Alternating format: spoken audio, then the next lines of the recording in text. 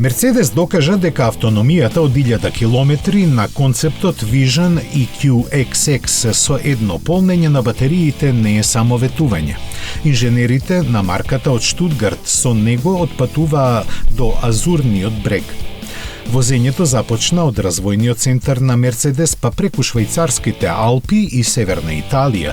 Траеше вкупно 12 часа и 2 минути со само половина час потрошени на паузи. Вкупно беа поминати 1008 километри, после кои електричниот EQXX имаше преостанато уште 15% наполнетост на батеријата доволни за 140 километри. Временските услови на патувањето беа различни, со температури од 3 до 18 степени. Се возеше по секакви патишта.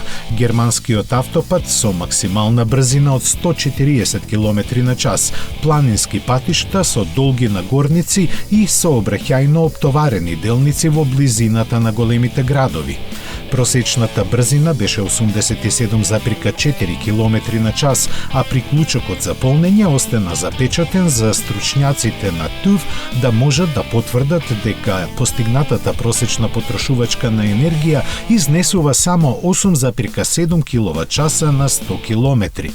За оваа неверојатно ниска бројка се заслужни повеќе фактори.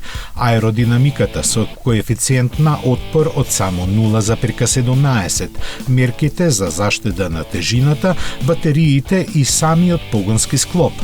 EQXX имаше и пневматици со мал отпор на тркалање, а соларниот покрив од 117 келии додава 25 км автономија.